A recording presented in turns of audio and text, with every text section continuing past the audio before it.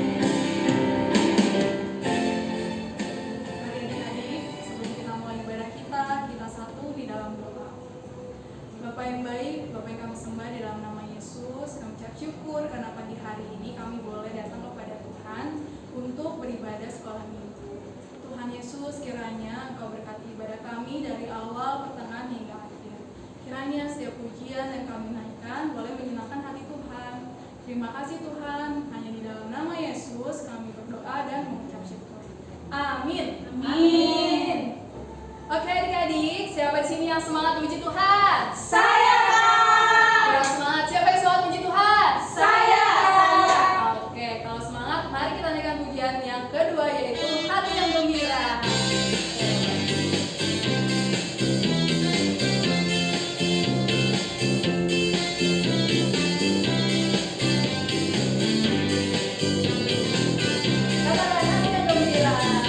Hati yang gembira, ada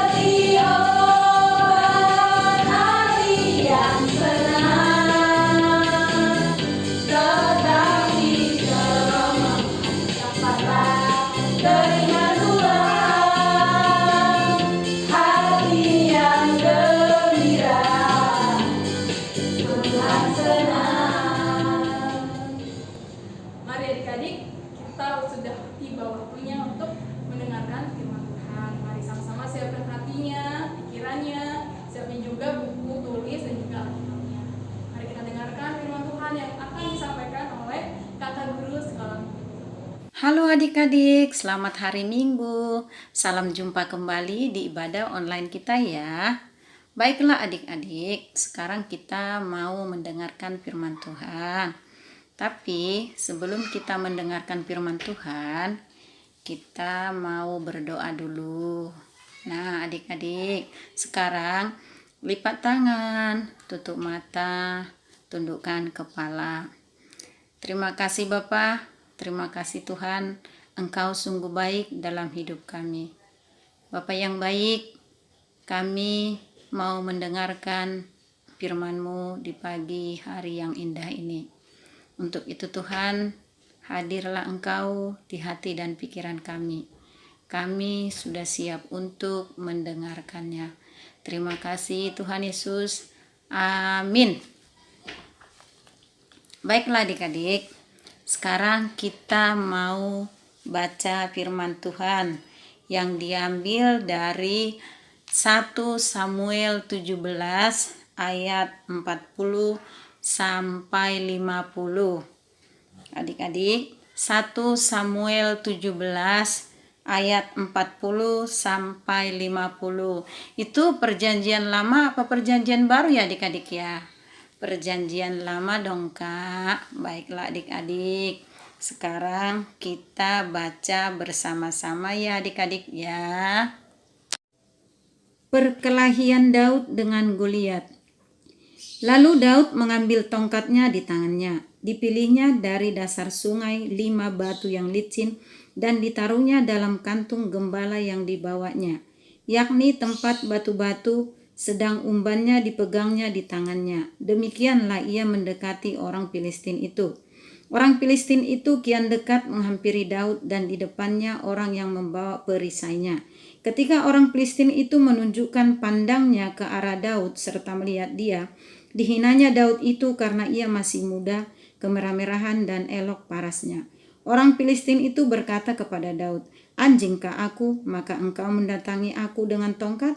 Lalu demi para allahnya orang Filistin itu mengutuki Daud. Pula orang Filistin itu berkata kepada Daud, "Hadapilah aku, maka aku akan memberikan dagingmu kepada burung-burung di udara dan kepada binatang-binatang di padang." Tetapi Daud berkata kepada orang Filistin itu, "Engkau mendatangi aku dengan pedang dan tombak dan lembing, tetapi aku mendatangi engkau dengan nama Tuhan semesta alam, Allah segala barisan Israel yang kau tantang itu. Hari ini juga Tuhan akan menyerahkan engkau ke dalam tanganku, dan aku akan mengalahkan engkau dan memenggal kepalamu dari tubuhmu. Hari ini juga aku akan memberikan mayatmu dan mayat tentara orang Filistin kepada burung-burung di udara dan kepada binatang-binatang liar, supaya seluruh bumi tahu bahwa Israel mempunyai Allah, dan supaya segenap jemaah ini tahu bahwa Tuhan menyelamatkan bukan dengan pedang dan bukan dengan lembing. Sebab di tangan Tuhanlah pertempuran dan ia pun menyerahkan kamu ke dalam tangan kami." Ketika orang Filistin itu bergerak maju untuk menemui Daud, maka segeralah Daud berlari ke barisan musuh untuk menemui orang Filistin itu. Lalu Daud memasukkan tangannya dalam kantungnya, diambilnyalah sebuah batu dari dalamnya, diumbannya, maka kenalah dahi orang Filistin itu, sehingga batu itu terbenam ke dalam dahinya, dan terjerumuslah ia dengan mukanya ke tanah. Demikianlah Daud mengalahkan orang Filistin itu dengan umban dan batu. Ia mengalahkan orang Filistin itu dan membunuhnya tanpa pedang di tangan. Demikian firman Tuhan. Baiklah adik-adik, firman Tuhan pada pagi hari ini menceritakan tentang perkelahian Daud dengan Goliat. Topik minggu, orang yang mengandalkan Tuhan akan dimenangkan terhadap masalah. Daud merupakan raja kedua Israel yang paling masyhur. Ia juga menjadi salah satu tokoh Alkitab yang paling dikasihi oleh Yesus Kristus. Nama Daud sangat lekat dengan kisahnya yang berhasil mengalahkan raksasa bernama Goliat. Daud mempunyai 8 kakak laki-laki dan dia adalah anak yang paling bungsu. Ia memiliki tubuh kecil dan wajahnya kemerah-merahan. Masa remajanya dihabiskan dengan menggembalakan kambing domba. Suatu ketika, Daud diperintahkan oleh ayahnya adik-adik, yaitu ayahnya bernama Isai, untuk mengantarkan makanan kepada kakak-kakaknya yang sedang bertempur melawan bangsa Filistin. Ketika Daud sampai di perkemahan tersebut, ia berlari ke barisan perang dan mencari kakak-kakaknya. Saat itu, Goliat adalah tentara raksasa Filistin maju ke depan dan mencemooh orang Israel. Ia menantang tentara Israel untuk bertarung melawan dirinya. Raksasa itu juga berkata bahwa tentara Filistin akan menjadi hamba Israel jika salah satu orang Israel bisa membunuh Goliat. Namun jika Goliat menang, ia meminta tentara Israel untuk menjadi hamba orang Filistin. Perkataan Goliat membuat tentara Israel ketakutan, sebab badan Goliat sangat besar, kekar, tingginya mencapai 3 meter.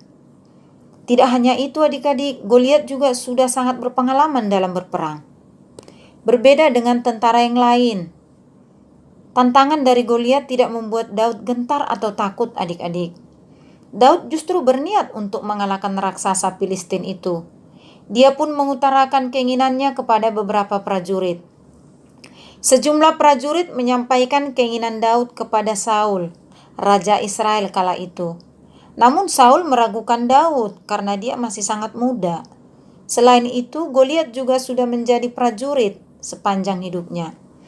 Perkataan itu tidak membuat niat Daud padam atau berhenti. Ia yakin bisa mengalahkan Goliat dengan hanya penyertaan Tuhan Yesus.